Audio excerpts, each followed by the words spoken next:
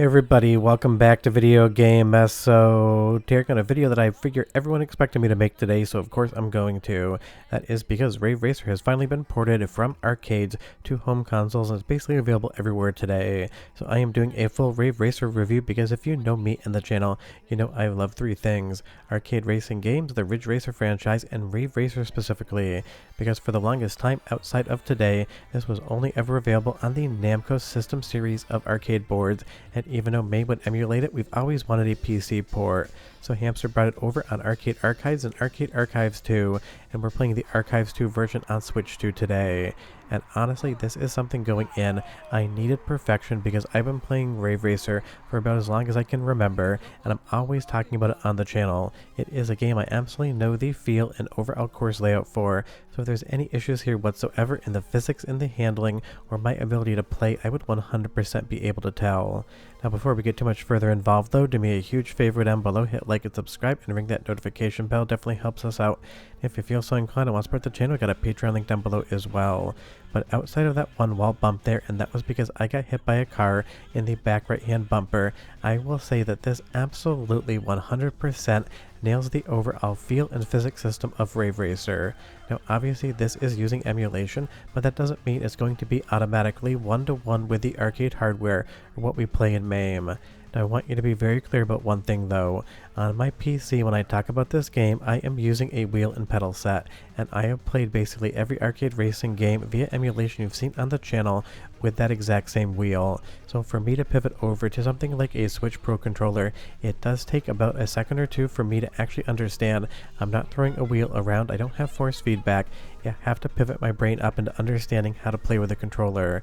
But after about 5 to 10 seconds, I instantaneously fell into the same Rave Racer rhythm that I need. So as far as whether or not this game feels like Rave Racer, controls like Rave Racer, it is 10 out of 10, 100% nailed the brief. This is the game I know, love, and remember in the control department. Now, if you've never played Rave Racer before, it's going to take you a second to understand the sway of the camera, because basically physics in Rave Racer work in the exact opposite manner in which the real world works. The camera is going to swing to the opposite direction of which way your car is moving, but definitely stick with it.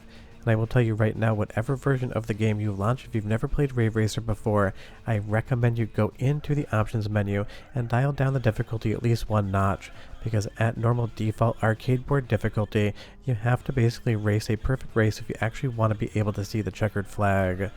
But honestly, in Rave Racer, the drifting is the core mechanic, and it feels every bit as good as what Sega would have done in one of their games. And it takes a second to understand how to drift, but once you get it, you will be good as gold.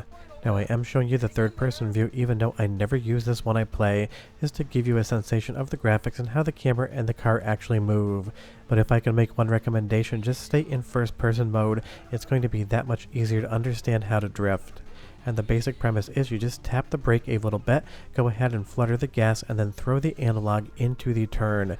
You have to kind of flick it back and forth a little bit to keep on a clean racing line, and then you want to basically give it all the gas in the world and correct your steering when you want to come out of that drift. When you screw it up, you're absolutely going to spin the car out and go right into the wall, but when you nail it and you do everything correct, it's going to be a sensation of straight up magic when it comes to that drifting.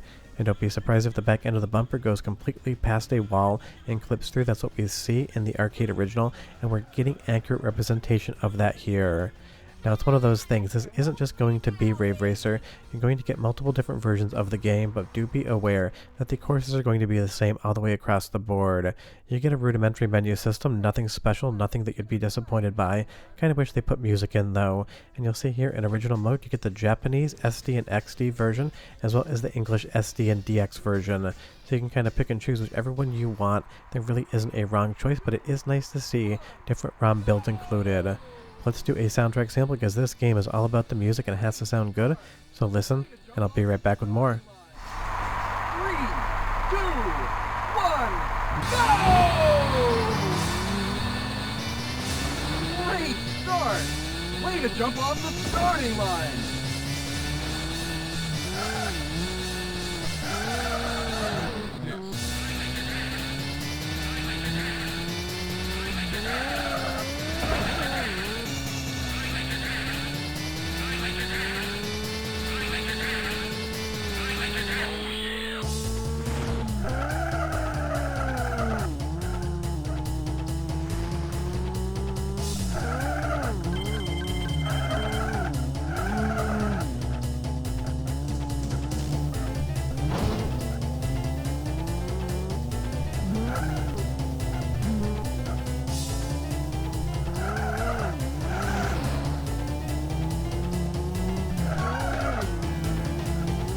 Now you're going to get different tracks depending on which version of the game you are playing, and you're going to get different tracks that you can kind of select through yourself. But the one thing is, Rave Racer, just like Ridge Racer before and even Ridge Racer 2, has a very distinctive sound to it, not only in the sound hardware, but also in the overall compositions that the musicians at Namco decided to do back in the day.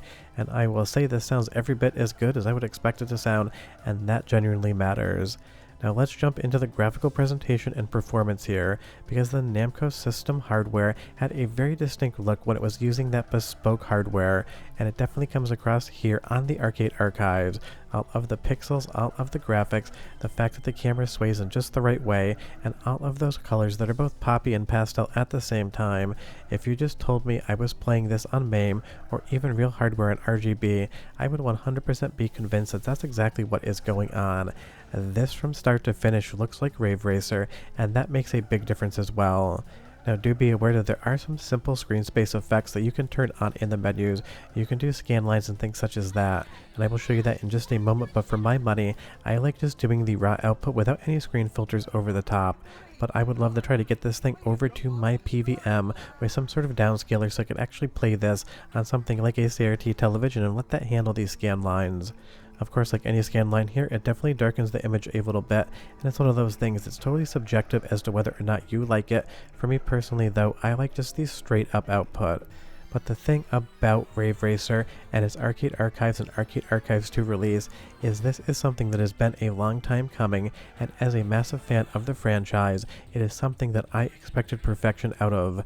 But because Hamster Corp basically gives us amazing ports every single time, I was confident that when I went to review this thing, I would be left satisfied for the asking price. And whether or not you think that's fair, I'm sure I'm going to hear some comments down below about the cost of this, but just remember, purchasing this tells Hamster that these sort of games are wanted by the community, because I really still want to see a Dirt Dash port at some point in time. But as far as whether or not this is the Rave Racer that we all know, love, and remember, I can tell you that quintessentially, unequivocally, dyed in the wool through and through, this is the shit. And trust me, I just made that up out of the top of my head, and I'm surprised I was able to actually get through it without screwing up a word. This is what I wanted when I heard Rave Race was coming home, and I totally get it. I am biased because this is one of my favorite arcade games of all time, but that also means I'm not biased because if this was not a good port, if the physics didn't work, if the handling system was screwed up, if the emulation performance wasn't up to par, I would immediately feel it, and I will say this thing is running spectacularly. And as far as the overall options are concerned, you can play around with them. Like I said, if it's your first time, you might want to turn the difficulty down ever so slightly. And as far as the filters, those are completely subjective. Let's do one more soundtrack sample because the music's straight up an 11 out of 10. And I'll be right back with just a little bit more. No!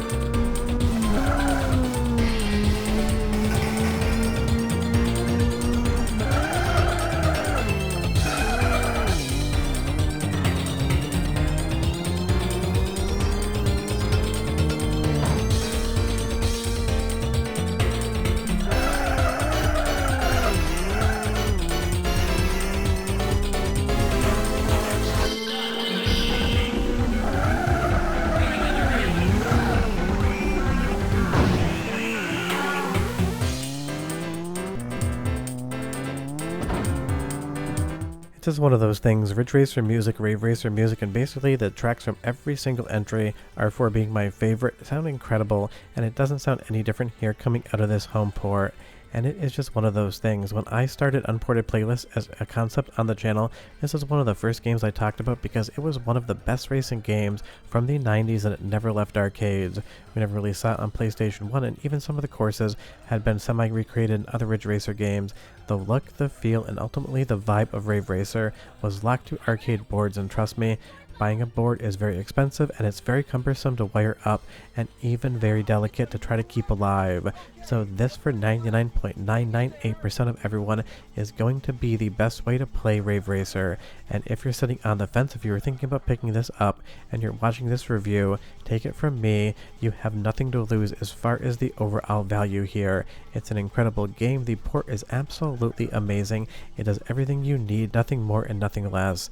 And of course, would I have loved a couple extra tracks? You know I would, but that's not what Arcade Archives is. It brings us back arcade games that have been lost to time or very hard to play, and as far as the result on this one, I have absolutely no notes whatsoever, except I wish there was a little bit of music in the options menu.